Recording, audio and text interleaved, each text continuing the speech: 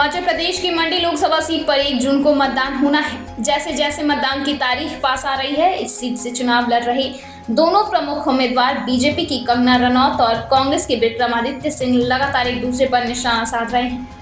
इस बीच कंगना एक बार फिर विक्रमादित्य पर जमकर बरसी हैं। कंगना ने विक्रमादित्य को चुनौती देते हुए कहा कि ये लोग मंडी की बेटियों के भाव पूछ रहे हैं। इन्होंने मंडी की बेटियों को अपवित्र कहा, मंडी की लड़कियों का भाव पूछा, लेकिन अब हम मंडी की बेटियों का अपमान नहीं सहेंगे।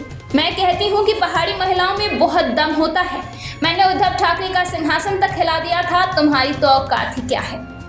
कंगना ने विक्रमादित्य पर बरसते हुए कहा कि तुमने मंडी की बेटियों के भाव पूछे, मैं तुम्हारी वो दुर्दशा करूंगी कि तुम सब्जी मंडी में सब्जियों तक के रेट भूल जाओगे। इनका परिवार सालों से कुर्सी से चिपका हुआ है। इन लोगों के पास सत्ता रही है, लेकिन फिर भी इनकी भूख खत्म नहीं होती। ये सत्ता की भूख इन्हें ले डूबेगी। लोगों का पैसा खाने के लिए ये लोग सत्ता चाहते हैं। उन्होंने कहा कि मैं पद्मश्री हूँ, फिल्म मेकर हूँ, खुद का कमाती हूँ, लेकिन विक्रमादित्य किसी काम के नहीं है।